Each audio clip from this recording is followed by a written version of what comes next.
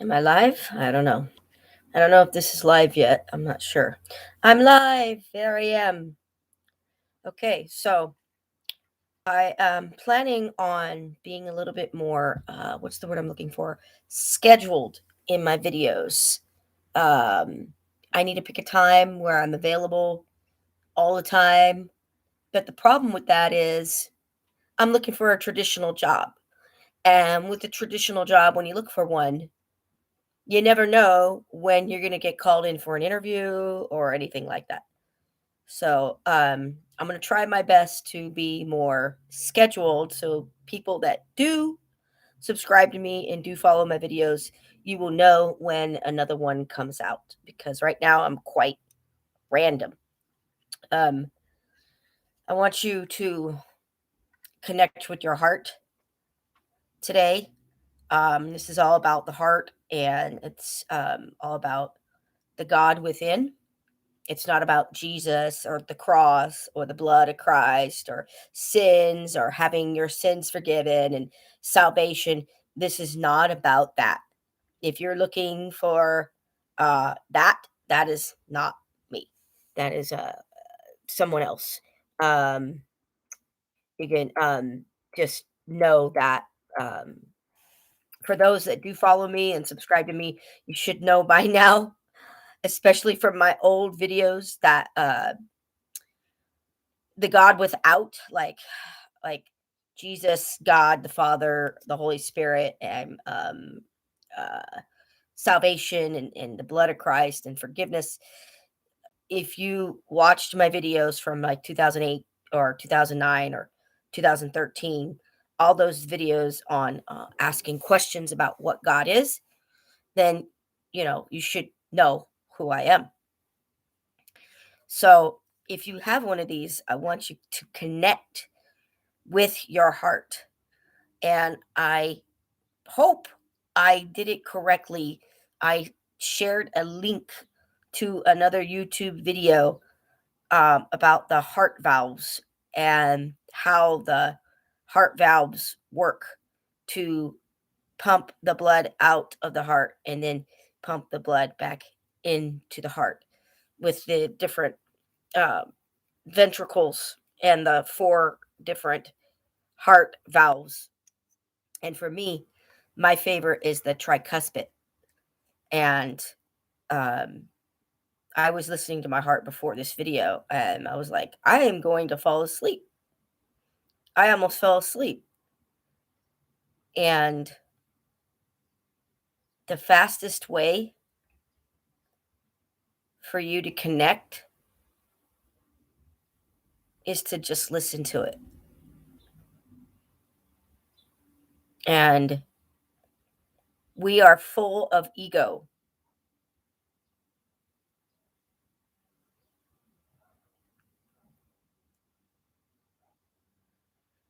So the best way to do this is alone. Find a place where you're not with your family, maybe in your car, away from your kids,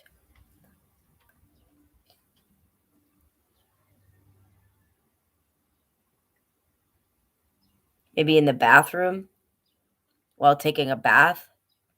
I wouldn't suggest that. You don't want to get your stethoscope wet.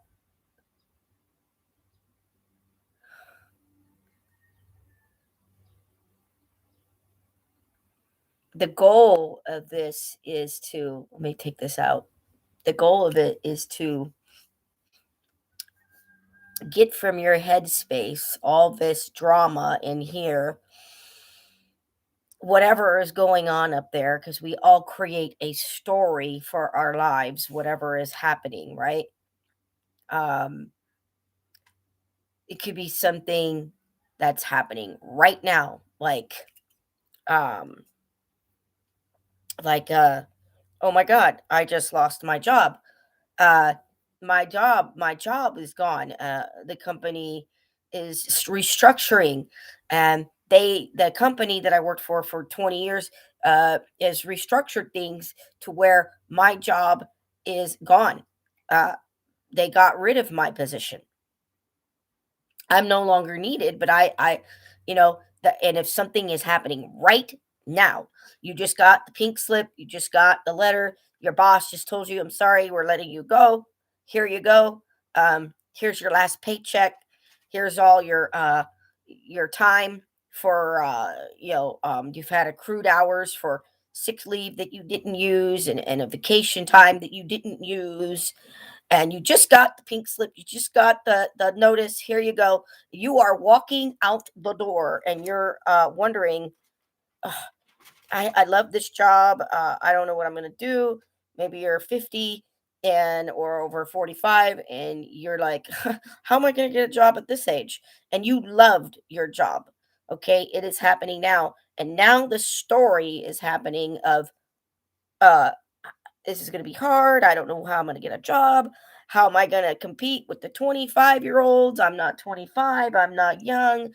Um, I'm over 45. I have to compete. I don't look 25. Uh, Employers might not want to hire me, and on and on and on and on. This story in your head goes. I got children. How am I going to support? I got teenagers. Uh, how am I going to support them? I got bills. Uh, I was supposed to take, maybe you have like not sole custody, but maybe you have shared custody, and maybe you have younger kids. Maybe this coming weekend was supposed to be your weekend for taking your kid somewhere, and you're like, how am I going to be able to take my kid and do all this when I just got my last check, and my last check is only $4,000, and that's only going to last me a month and a half, or that might last me, some people maybe it might last 2 months, some people it might last 1 month. So on and on and on a drama goes, on and on and on it goes. And the quickest way to get out of here is to connect with your heart. But when I say connect with your heart, I just don't mean spiritually, I mean literally with a stethoscope. And if you are not connected with your heart spiritually, like I said earlier, with the whole God thing and the whole Jesus thing, this is not about praying to Jesus and beseeching. I'm going to take these off because there's a lot of glare, and I put my what do you call these, blue light filter things over my glasses, but there is a lot of glare, and I don't like glare. I like people to see my eyes. I don't like people to see glare on my glasses. That's why I take my glasses off when I take pictures. I don't wear my glasses because I don't want people to see glare when they snap the photo with the what do you call it, flash. I just always take them off. So I'm going to leave these off. Hopefully I'll be able to read, because I read with my glasses. So you want to connect with your heart on a spiritual level. And that's connecting with the spirit within us. That's connecting with the God within us. We all have God within us. We are all gods ourselves. And you would have to go back to my videos from whenever, I don't know, 2008, 2009, 2010, 2013. You would have to go back to all those videos back then to kind of understand uh, what I'm talking about here. Um, because to me, it's kind of like silly to beseech God and say, God, please heal. God, give me this strength, and beseeching, God, give me, God, give me, God, give me. Um, and I used to do that. I used to be a Baptist. I'm not anymore. I'm not an evangelical Christian. Um, so if you like my videos, please subscribe to me and hit the notification bell, because that way you will know when I am going live. And I wish I can tell you right now, every Thursday at 10 a.m. I will be doing a video, but I can't commit to that because there could be a day where I need to go on an interview on a Thursday, because I'm still looking for a traditional job. So, I have some spiritual mind treatments here that I wrote back in 2018, and when my mom passed. It's almost been 4 years since she passed, February 3rd, 2018, and it was one of the hardest things I've ever did, because my mom was my greatest cheerleader. She wanted me to be happy and healthy, and I guess ready to be healthy. Um, I wasn't ready to grow, I guess, because she told me, God, I want to say it was 2014, 2015. It was around 2013, 2014. It was around that time. She said to me, maybe it was 2012. It could have been as early as 2012 because it wasn't 2016. 2016, my mom was very, very, very ill with dementia Alzheimer's. Even though she wasn't diagnosed until 2 weeks before her death, I knew it was dementia Alzheimer's. I knew, even though all the doctors were quacks and they said it's just depression, it's just depression. All 2016, the whole damn year, that is just depression, anxiety. And it's like, you want to come live with me for about 6 weeks and tell me it's just depression? I know what depression is because I used to have it. I don't anymore. I used to have it. So my mom told me back then, you lose 40 pounds and I will give you $300. And that did not motivate me. The money did not motivate me to lose 40 pounds. I had to be inspired. And I was inspired by Diane Donahue in 2018. I listened to her, but she was also calling me every day to make sure that I was doing everything I needed to do and doing everything she taught me to do. Um, you need an accountability partner. If you don't have someone checking in on you, then you're not going to lose the weight. And you got to have that accountability partner so you can tell them, hey, I'm thinking about doing this. Like that AA is a great way because you get a sponsor, a friend, whatever you want to call it. I don't care if you call it Purple Monkey. They call it sponsor. Okay, fine. It's a friend. And you call them and say, I'm thinking about drinking. Okay, well, then you need to find a friend. I'm thinking about having a donut. I'm thinking about having macaroni and cheese instead of a cucumber. So you make that commitment to call someone before you do the act of overeating or whatever it is your addiction is. So that was a little segue. Um, in 2018, I was really focusing on a job because I lost my job. It was like I told my boss how sick my mom was. I told my coworkers. They could tell I was under a lot of stress. Um, I think it was it 2017? I was like late for my job. I clocked in like 15 minutes late or 30 minutes late two times. In the whole year of 2017, I clocked in late. I called my boss and I said, I'm going to be late. And she wasn't awake yet. She wasn't awake at 6, but I had to call her at 6 to tell her I'm going to be late. I cannot leave at 6:10. My boss was like, okay, all right. And I'm like, you gotta call someone to come in or let somebody know at the work that I will not clock in at 7. I might get there at 8. I might get there at 7:30, but I will not get there at 7 because my mom was so ill. And I had to make sure she was okay before I can leave because there was nobody else. There was no neighbor. There wasn't like, hey, Bob, I don't know who you are, but I'll ask you. I don't know what's your name? Bob? Manuel? Can you go watch my mom? I know you don't know her, but neighbors. I didn't have neighbors that I knew. They all spoke Spanish. And one neighbor named Maggie, she lived next door to our neighbor. So there was our neighbor that lived there, cute little couple. They lived there for many, many years, and the husband died. I don't know when, 2008, and then the wife died like 2010. Well, those people died. Somebody else moved in. Okay, then house next door to them was Maggie. Well, Maggie had cancer. I don't know what kind of cancer she had, but Maggie had cancer, and I don't know how bad her cancer was, but I told her about my mom, and I said, "Can you watch my mom for a Saturday, just one Saturday?" And I told her all the issues that she had. I said she likes to walk around, she can't sit still, her feet burn, she mumbles a lot, and just the main thing is she walks around a lot, she's in a lot of pain, she has a lot of anxiety, and she's very confused, and she can't communicate well, and she's going to walk around because she just can't sit still because her feet burn like shit. And I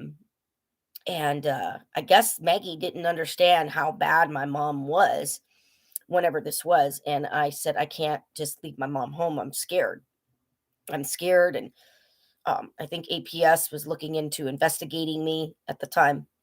So I needed a lot of more support than what I got from IHSS. They didn't understand that I don't have brothers, sisters. I don't have aunts, uncles. I didn't have really friends. I didn't have friends that can watch my mom. There was nobody I could trust. It was IHSS, but that was only like 10, 15 hours a week. My mom needed full time care. So I needed a lot of support, and I didn't get the support that I needed. And unfortunately, that day, Maggie, because I had to leave at 6:10 in the morning, I couldn't wait and wait for Maggie to wake up. Like, "Oh, what time do you wake up? 9 o'clock in the morning?" Okay. I couldn't do that. My job provided for me $1,000 a month. I was working 24 to 32 hours a week. And it was my income. I couldn't just not work. I couldn't do that. And when I got home, 4:35, Maggie said, "I'm so sorry, Sandra. I had no idea your mom was so ill." And I'm like, "I told you. I told you my mom was so ill. I told you that. I told you her feet were burning. I told you she can't sit still. I told you that it's bad. I told you that she's confused and that she can't communicate her needs. She didn't know how to communicate her needs." Um, and she goes, I just can't watch her anymore. I'm sorry. I just didn't know. She kept on getting up, sitting down, getting up. I said, yeah. And I said, she probably didn't know whose house she was in. She was probably very scared being in your house. Um, didn't feel comfortable because, it's not her house. And she goes, I try to help her relax, but she just kept on saying, I can't breathe. And I'm like, yeah, that's what my mom says. I can't breathe. Yeah. Every day, all the time, broken record. I can't breathe. I can't breathe. I can't breathe. Try to do the neti pot. She'll say, no, I'm going to drown. I can't put water in my nose. Like, I don't want to breathe out of your mouth. She doesn't understand that. Tell someone breathe out of their mouth during the neti pot when they have Alzheimer's, they don't understand it. It's like talking German to a Chinese person. It's not going to compute. So I don't know how I don't know how exactly I came to Center for Spiritual Living. I guess I just Googled Unity. I went to Unity Church for about 6, 7, 8 weeks, but that was back in like 2011 because I was done with the Baptist church. I left the Baptist church in 2011. I was done. I was like, you know what? I'm gay. Um, and if I fall in love with a guy, I fall in love with a guy.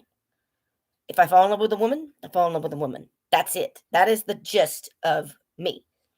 And I left the Baptist church in 2011. And I think maybe I might have found out about spiritual mind treatment in 2011 or 2012, but I didn't really practice it until 2018. And I needed comfort. My mom had just died, and I was heartbroken, and I was longing for my mom. I remember um I remember just longing for my mom, just begging God for comfort, because I remember there was a few days in February and March 2018, because she died the February 3rd, 2018. I was there with her. It was beautiful. I was with my mom. Oh God, it was so beautiful. Oh God. The love that I felt, the connection that I felt. My mom caressed my head, my face. She said, I love you. I felt her presence right there. It was like she died, and it was like her body like floated to me so quickly. It was almost instantaneous. It was almost like there was no time gap when she died. It was like she took her last breath, poof, she was right there and just caressing my face, telling me that she loves me. And this spiritual mind treatment is very long. It's a very long spiritual mind treatment. And I want you to pick out those values that you think are most important to you. This does not follow the steps. You're going to see, I'm kind of all over the place because the spiritual mind treatment, the steps are recognition, unification, realization, thankfulness, and acceptance, and then release. And the recognition is I am. I am peace. I am love. And the unification is when you unify whatever God is, you are. You're not separate from God. There is no God outside of you. You are God. And then the realization is really realizing this truth. And unfortunately, when I wrote this, I was concentrating on more of I am and unification. I was really concentrating on recognition and unification.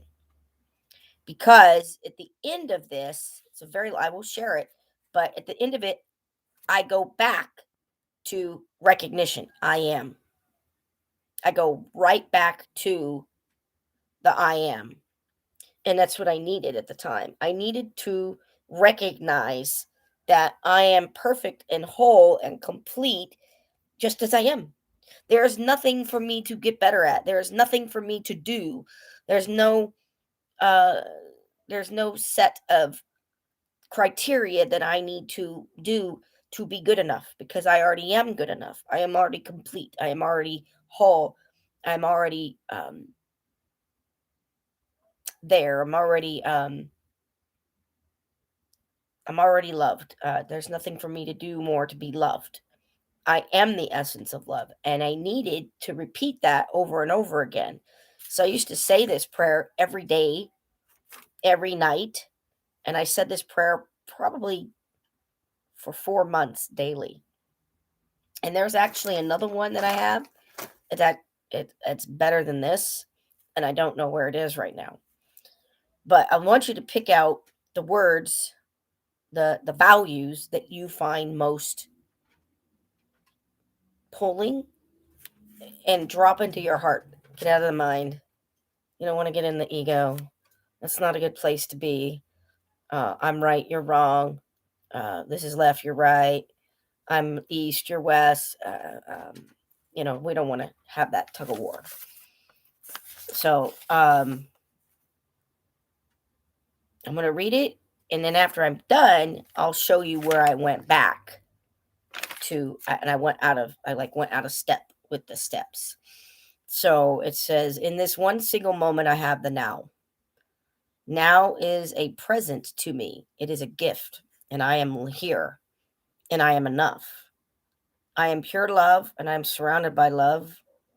I'm surrounded by healing energy, family, friends, compassion, knowledge, wisdom, energy, youth, joy, employment, and enjoyment. I am complete in love. I hold myself with gentle love. I am awakened. I am balanced. I'm imaginative. These words are truth for me. I am beautiful, unbroken, friendly, perfect, connected to myself, connected to the source, plugged in, grateful, hopeful, rejoicing always in the abundance of all of my life. Love, family, friends, support, compassion, resources, people, knowledge, tools, employment, money, and a wonderful self love. I affirm and know my desires. I see my desires unfolding before me. I see a strong professional. I see someone that loves herself and realizes that she is very important, not only to those around her, yet she knows she is important to herself. Herself has grown to love herself. I see a new place to call home, and it is safe. I see an abundance of goods and services which are all attainable to me. I accept healing. I accept love, joy, pain, grief, growth. I accept what is. I affirm the new things in my life now. They are here now. Love is allowing me to have the life that I desire. Self love in allowing me to connect with myself and allowing me to have much deeper relationships full of trust with other people. I have a new life. Everything in my life is supported by endless love and energy, compassion, which does come in the form of money. Money is not the center. Love is the center. I accept brave new opportunities. I accept whatever relationships that I have with the people in my life. I accept that life is temporary.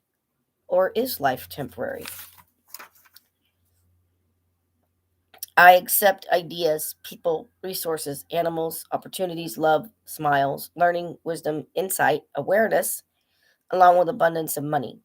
I accept these are all for me, mine for the taking, because life is for me. Life is good. I accept that I can be these things to others. I'm amazing. I can be an amazing person to someone else. I value myself that much to see that I can be a resource and value of wisdom to someone else. I see myself as equals to others, eye to eye. All these ideas are applied to my life now. If any doubt is in my mind about this coming into my awareness, it is eradicated and abolished. I accept new strength and motion. I am receptive to all people coming into my life, and I freely bless them. I am open to divine energy, love, guidance, self love, wisdom, forks in the road, U turns, lions, tigers, and bears, people, intervention, and support. I accept that I could be the support that someone else may need. To service, joy, forgiveness, change, growth, and possibility, to laughter, to wonder, to creativity and imagination. They are all for me in every new shape and form is for me. The teacher's guidance, growth, the pain, and everything that builds upon this silent knowing experience in my life is affirmed now. I am grateful it is a complete and fulfilled idea from Source. I realize these words go out into the stars and the universe. Thank you, it is done, and so it is. So you could tell in this spiritual mind treatment, I wanted a lot. I pretty much wanted the world because we're talking about wisdom and insight and love and hope and peace and abundance and money. I wanted everything. I wanted everything. And I was lost in a sea of grief when my mom died. And with this prayer, I go into acceptance. I accept, I accept. That's kind of like thankfulness. Um, in this prayer, in this spiritual mind treatment, I did leave a lot of gratitude out. I did not really e- express a lot of gratitude in this. I think I tried to, but I think my grief was just totally lost in my soul. And I think I did my best with this. And I think I could redo it and go into gratefulness more. And one of the things that I want to change about this is service. I want to serve other people. I want to make service to other people and helping other people my main focus. And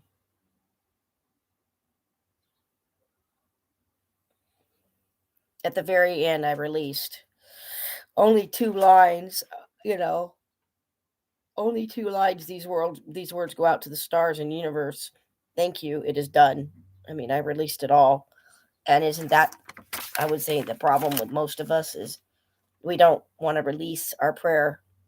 We want to continue on with the worry, and that's the mind. We think worrying is going to make it better, and it doesn't. Like, I remember worrying about my mom and worrying about me. I remember worrying, and it was a constant thought. It was never going away. It would never, the thought never went away. And I was thinking, here I am going to work. I'm going to work, and my mom is on hospice. She got on hospice January 25th, 2018. I was still working. I was still working January 25th, 2018. And I remember asking for 2 Saturdays off. I knew that I had to take the Saturday before the 3rd of February off because the 3rd of February was a Saturday. But the Saturday before, I asked for that Saturday off too because I always work Tuesday, Friday, Saturday. Tuesday, Friday, Saturday. And I knew I had to take Saturdays off the whole day. The whole day. And they were given to me, but then my boss rescinded them. And everybody at work was like, no, you have to give Sandra her time off. Her mother's dying. Her mother's dying. And other people at my job were like, I will cover for you. Don't worry about it. You got enough on your plate.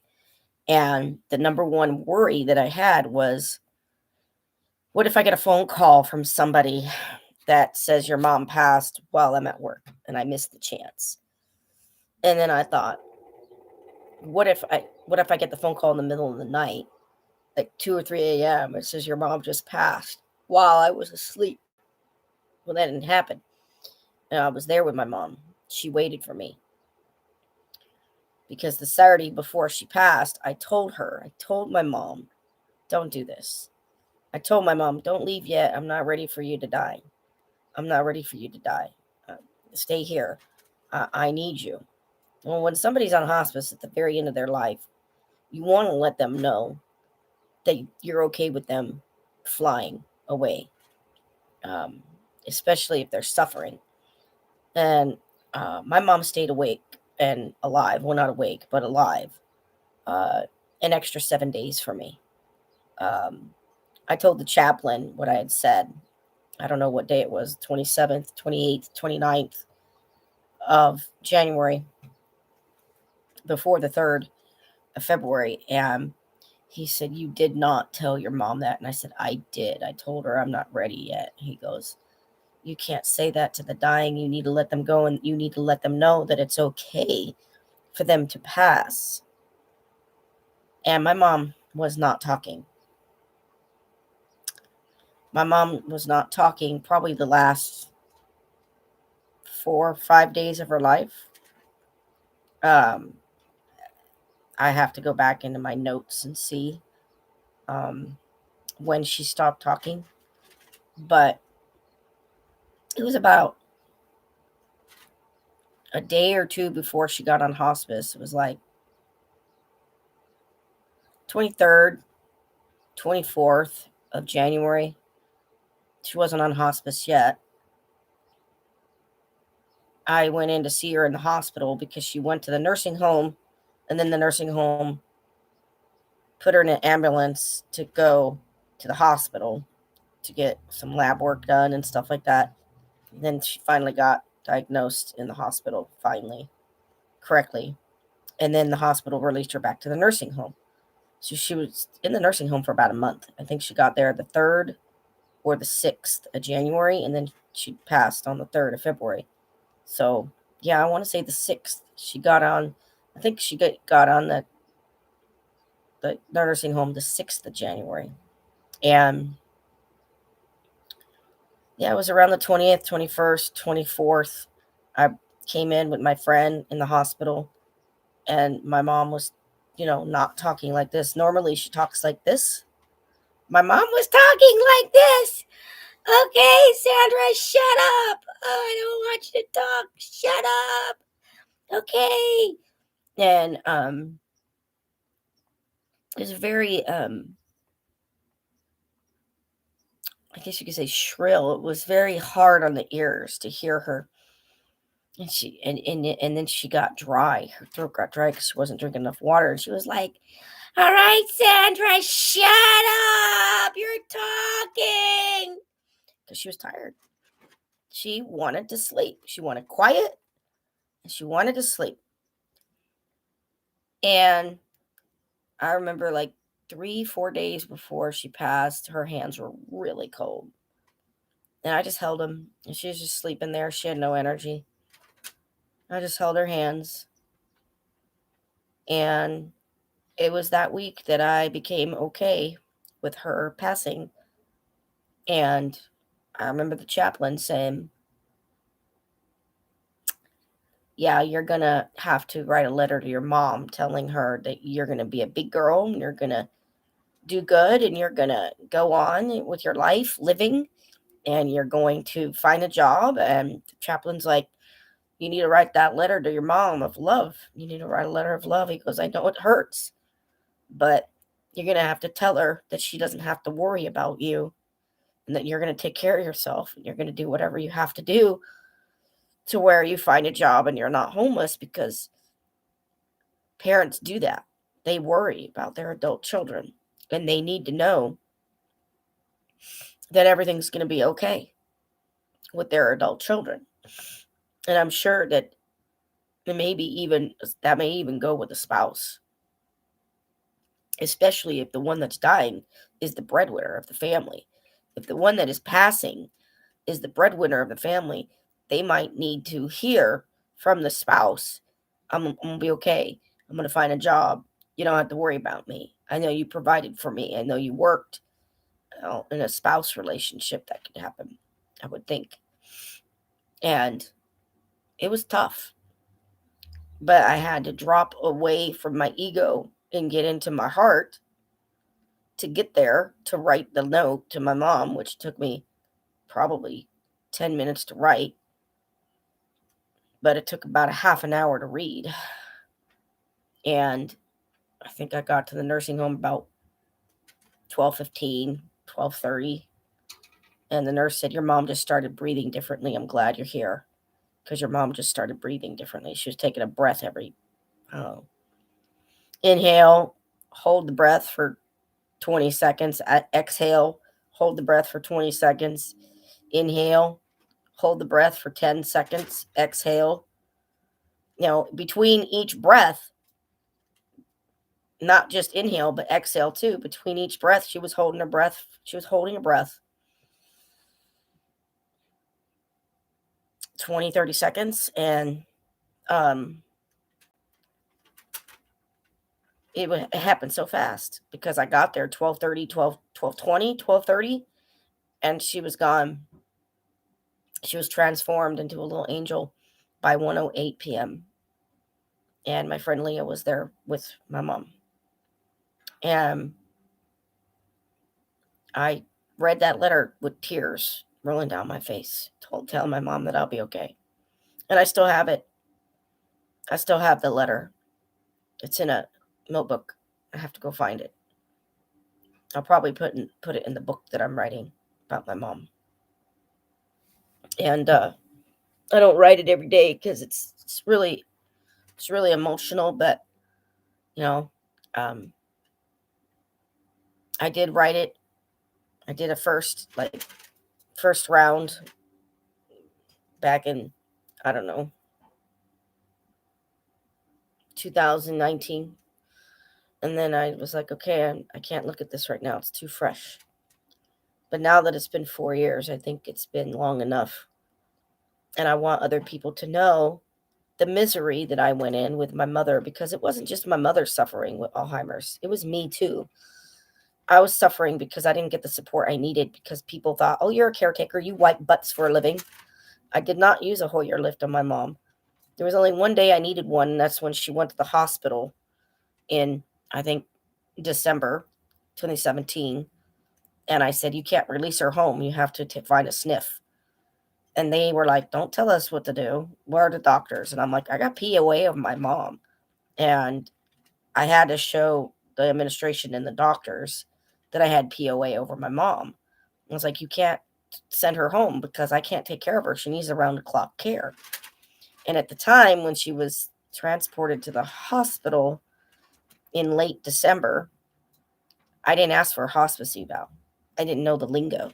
That's what my mom needed, a hospice eval. And I was asking for a psychiatric evaluation. That's not what my mom needed. My mom needed a hospice. And um, she was sent home. And I said, she can't walk. She can't lift her hips up. Oh, we'll send you a caretaker. And I'm like, no, you won't. You're not going to ship a caretaker home with me. It doesn't work like that. You got to wait. You got to go through insurance. We'll send you a Hoyer lift. No, you won't. You're not going to send me home with one. So she went home, whatever day that was. I think it was January 1st, January 2nd. And one day she was there. I had to push her on the couch. I had to roll her over because she couldn't lift up her hips. And I had to take the poly pad from underneath and change it and then roll her back. I don't lift heavy patients. That's not the type of work that I do. I don't wipe butts. I think one time I did that for my mom. It's not the type of help she needed. She needed language skills. She needed her memory back. She forgot how to talk. She did not know how to communicate her needs. I remember one time she said to me something like, "Did you get the bones out of the refrigerator?" And she goes, "I don't mean that. Why did I say, did I get the bones out of the refrigerator? I don't mean that." And she got so exasperated because she couldn't communicate. She was like, "What am I trying to say?" She goes, "I have the words in my head, but I'm trying to get them to my mouth and they won't come out right." And I don't know what she's trying to say. Maybe, did you go check the mail? But it came out, "Did you get the bones out of the refrigerator?" And that's not what she meant. And she knew that her mind was messed up. She just couldn't communicate her needs. So if she was hungry, she couldn't communicate it. And then she left. She didn't know. She's like, I don't know where she went. Her mind went. And said, it was like a month or two before she died. Yeah, like 2 months. Oh, no, because this was like late December. It was late December, like before Christmas. So not even 2 months before she died. I said, "There's your meds. Here's your meds. Take them. There's your meds." And I said, "Here's your food. Here's your chicken." And she sat up and she goes, "Okay." And she ate a little bit. I was at the computer. I wasn't watching my mother eat. I was doing my own thing on the computer because I thought my mom was going to eat. And then I guess she stopped eating. I don't know what happened. But about 6 hours later, I come back and, my mom says, "Sandra," she wakes up from her nap because she napped all the time during the day.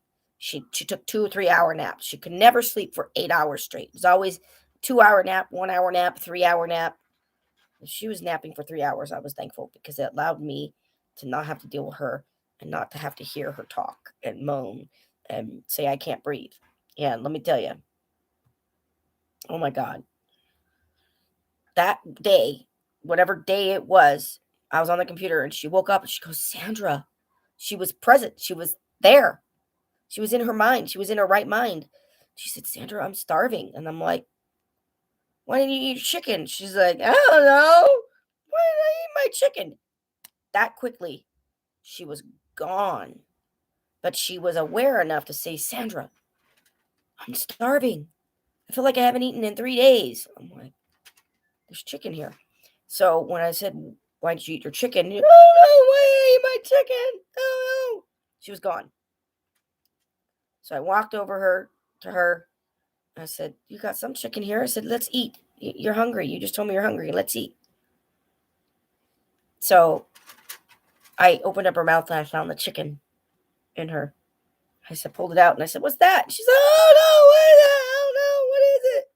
I said, "That looks like chicken." I said, "You don't know how to chew anymore?" See, at the time, I didn't even know how bad dementia gets. I was going through it and I didn't even know this was the end stages. I didn't even know because had I known, people with dementia, they forget how to masticate. Masticating is chewing your food. That's masticating.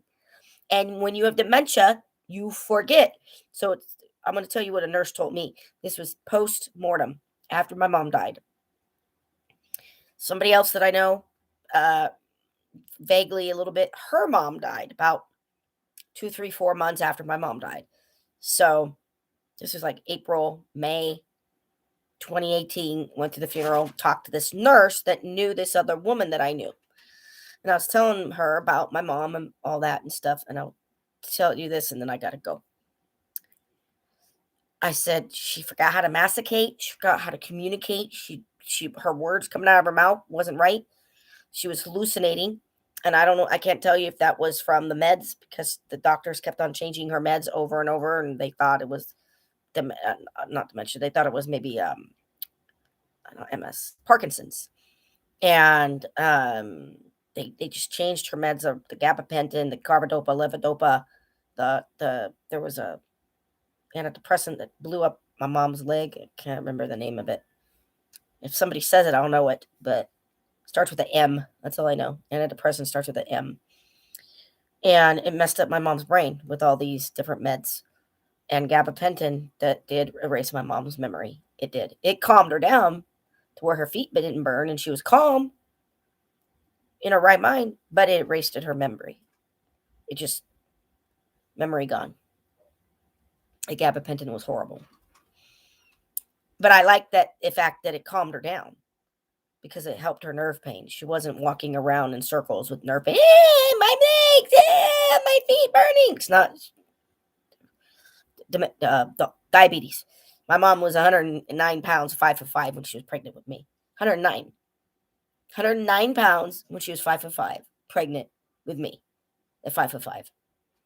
And she was probably like 103, 105. Just 5'5", but not pregnant. Just 105 pounds. So it wasn't diabetes. She didn't have diabetes. And the nurse said, oh yeah, dementia starts here. So first it starts in the mind. So you have a little bit of memory problems and you forget memory, right? You might forget your name or where you parked your car, forget where keys. My mom was forgetting where she put her keys way back in 2004 when Peter died. And she said, yeah, dementia is a very slow-moving disease. It's a very slow death. You lose your loved one very slowly. And then it goes to the eyes, so your eyes change. And then it goes to your ears change. And then it goes to your mouth. So you forget how to masticate, you forget how to communicate too. And communication is part of the brain. And then it goes down to the throat, and you'd forget how to swallow. You'd literally forget how to swallow water and all that. And then it goes down to the digestion. Your digestion tract's all wonky. My mom did have a inguinal hernia surgery in 2016. I think it was like February 2016. And my mom was not well after that. Her memory kind of went after that surgery. After the inguinal surgery. And then the dementia progresses down to the legs. And when it gets to the legs and your loved one is no longer walking and they are bedridden, that is the end. That is it.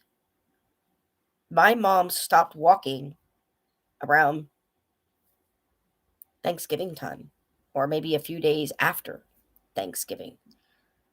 There was one caretaker that my mom had, and my mom was 5'5", probably 5'3" when she died because she shrunk.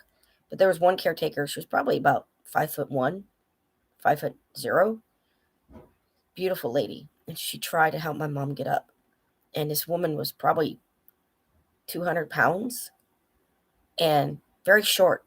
And she was like, okay, come on, Carol, you're going to get up. Come on, I'm going to pull you up. You're going to use your legs. She tried to help my mom. That was probably 5-6 weeks because my mom went into the hospital right before New Year's 2018. So I think my mom went in the hospital a few days after Christmas.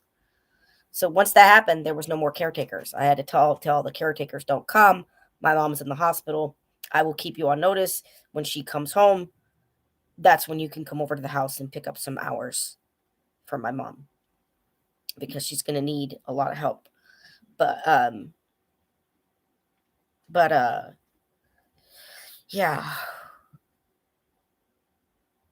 This woman, that caretaker, whatever her name was, my mom did stand like, I want to say it was like the 2nd or 1st of January. And that was it. She stood up. I think she took 2 steps and that was it. When she got into the hospital, and then she got transferred like January 6th. I think she transferred from the hospital to the nursing home on January 6th, 2018. That was it. So dementia just goes down the body. It does affect digestion. It does affect the memory. It does affect hearing. It does affect the eyes. It does affect the communication and masticating. But once you can't walk, that's it. And I was lost. I was a hot mess back then. It was a very hot mess. It was like, I'm surprised that I got through it, but I did. And I'm very grateful that I met Diane. I'm very grateful that she poured her life into me. And I'm kind of going through the same thing, the same grief. And she's on home hospice. The only difference is she's not my mom. You only get one mom. And the big difference is I am not the same woman that I was in 2018. I am between jobs. Same thing. I was unemployed for like 7, 8 months. So February, March, April, May, June, July, August, September. 7 months I was unemployed. I didn't find a job with the Register of Voters, Riverside County, until October. Even though I applied like July, it took that long to get the job. And that job only lasted 2 months. It was the best job I ever had, working for the Riverside County Register of Voters. It was the best job I ever had. Best job. And yeah, I'm unemployed again. So for myself, maybe that's what I need to do, is work for myself and just go out on my own limb and say this. Oh, I do want to put this plug in, and I'm going to stop. This is me. This is me. This is not me coming forward saying, "Oh, I learned this because so and so liked it and I'm going to like it too." This is me.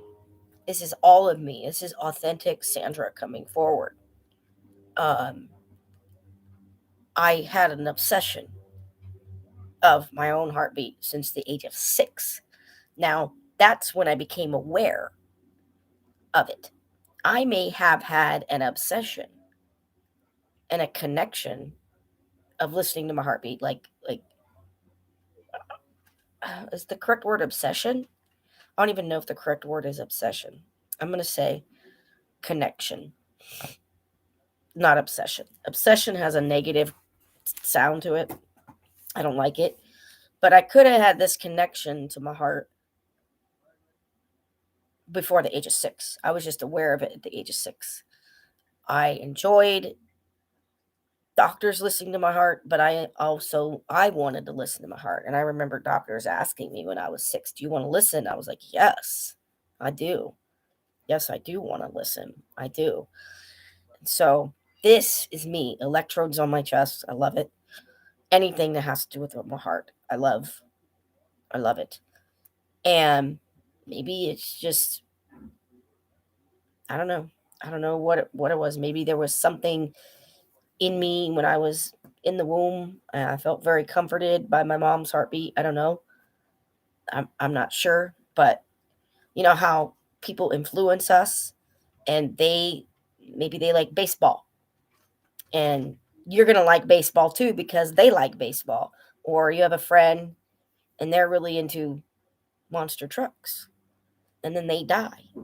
And then you're going to go, okay, well, I'm going to be into monster trucks too because they poured their life into monster trucks and they worked in that industry.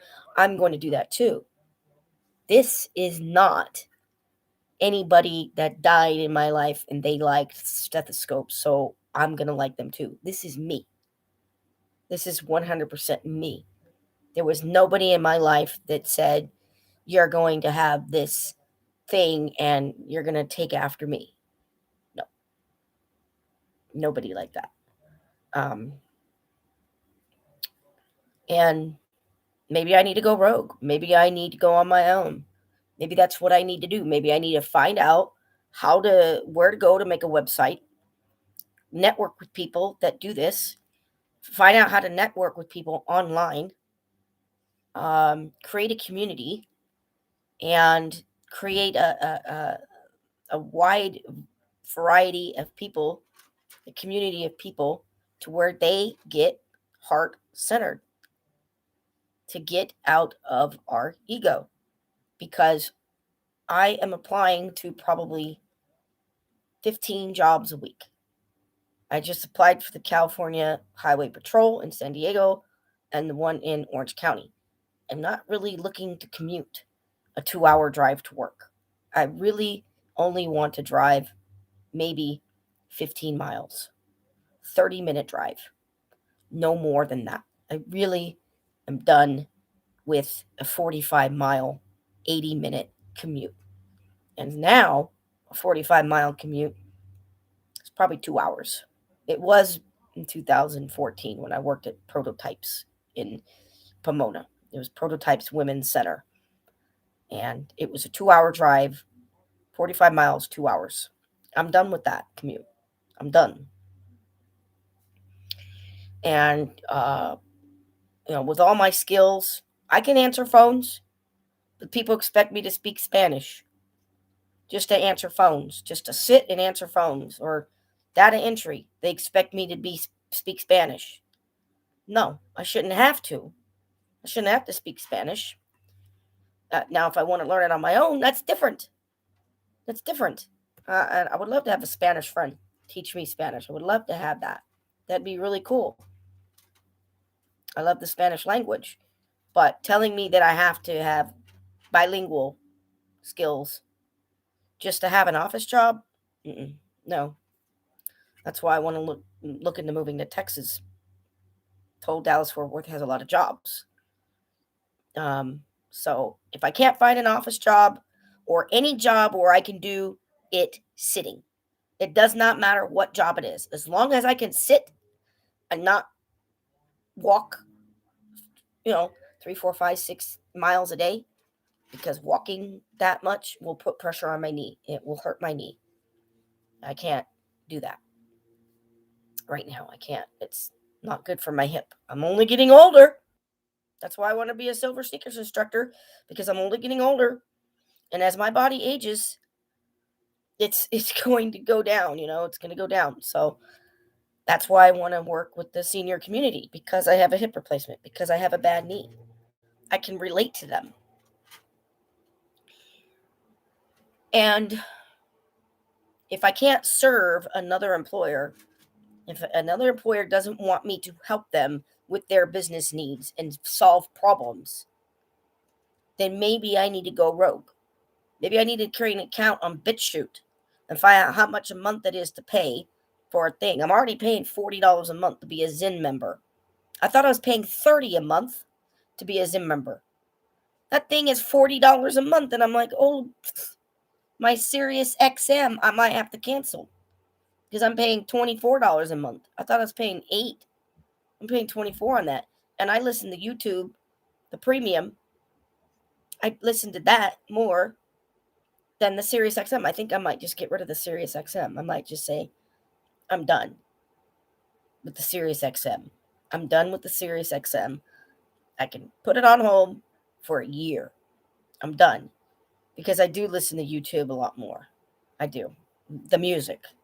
And it's only what, $10 a month or something like that. So you can tell, but I'm trying to think of ways. How am I going to find a job? I am in the same situation that I was 4 years ago. Somebody I love very much is on hospice, home hospice. Not my mom, but I still love her.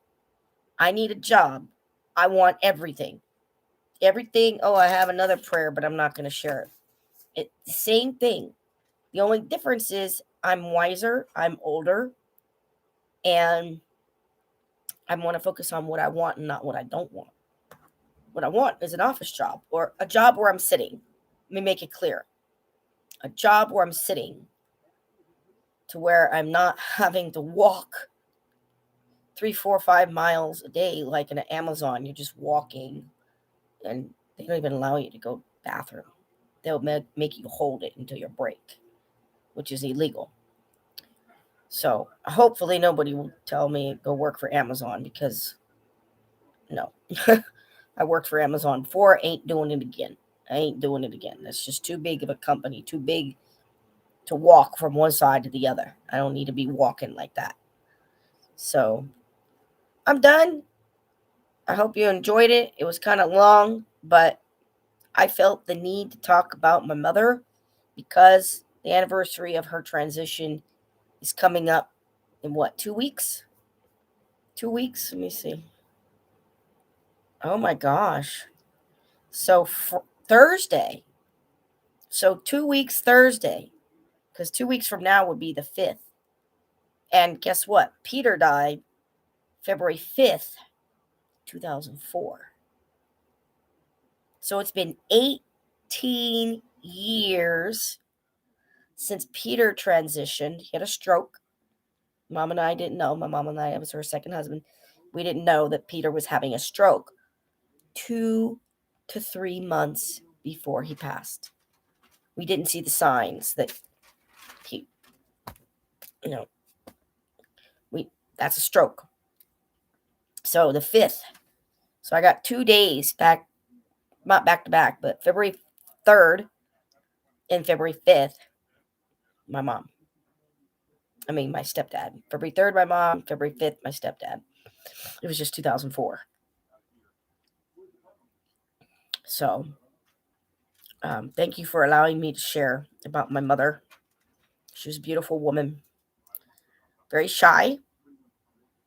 Very, very shy woman. But loved life in her own way. Loved me. Loved to read. Loved reading about American history. Loved reading about the presidents. And reading biographies of famous people. Beatles. She loved the Beatles. Loved the Beach Boys. Loved the Supremes. She loved a lot of Motown. My mom was a white woman that loved Motown. She loved it. And she taught me to love music. She taught me to love the 50s and 60s. She made me listen to that music because she was listening to it. She's like, "You're not going to change the radio station. You're going to listen to this because I'm listening to it, and you're not going to change it to your whatever in the 1980s." Because I discovered what a transistor radio was in like 1983 or 1984. I discovered what that was, and I loved it. And I was only like 7, 8 years old. So she was like, "You're not going to change the clock radio to, you're going to listen to this." And my mom was very kind.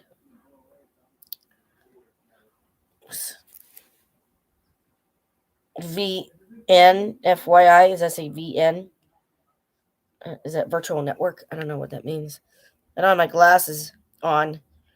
There's only one person on there, but please subscribe if you like my videos and the notification bell. Share my video as well, and share the old ones. You could go back and share the old ones. They're still relevant. I'm still the same person. I might have lost a lot of weight. I might have cut my hair. I'm still the same person. There's still things in me that I still question. All those questions about what is God and all that. Yeah, it's still the same. Be well, my friends. There's no happy without healthy.